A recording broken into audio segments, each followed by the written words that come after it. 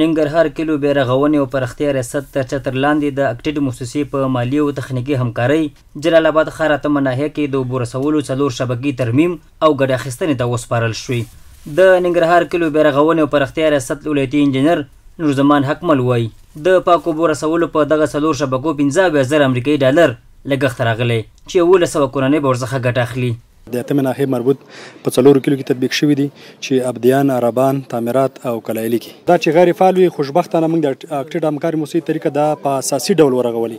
یعنې دې کې موږ پیپونه کور په کور نصب کړل، شیدنونه کور په کور جوړ کړل، سولر تختې، سمرسیبل، انورټر شبکې په اساسي ډول جوړ کړل چې خوشبختانه د دغه 4 شبکو نه 1100 پامله استفاده کوي.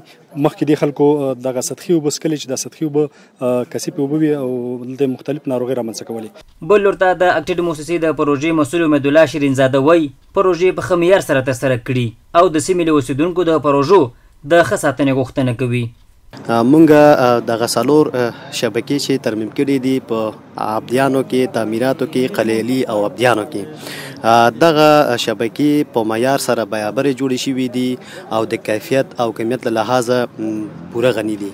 نو د ولسونو او د ولسونو د مشرانو څخه زموږ غوښتنه همدغه دی چې مونږ دغه شبکې جوړې کړلې او استفادې ته برابر کړله او تاسو یې ساتنه وکړئ. عبدالحلیم چې د اتمې ناحیې اوسېدونکی دی دغه شبکو په ترمیمولو خوښ دی وایي له دې سره به د پاکو اوبو برخه کې شته ستونزې حل شي.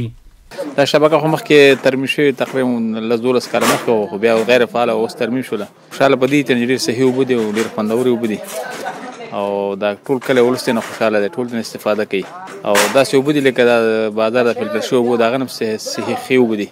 د یادونې وړ ده چې له دې وړاندې هم د کلو بې رغونې او پراختیا ریاست له لوري د دې ولایت په بېلابېلو ولسوالیو کې ګڼې شبکې جوړې او ترمیم شوي دي.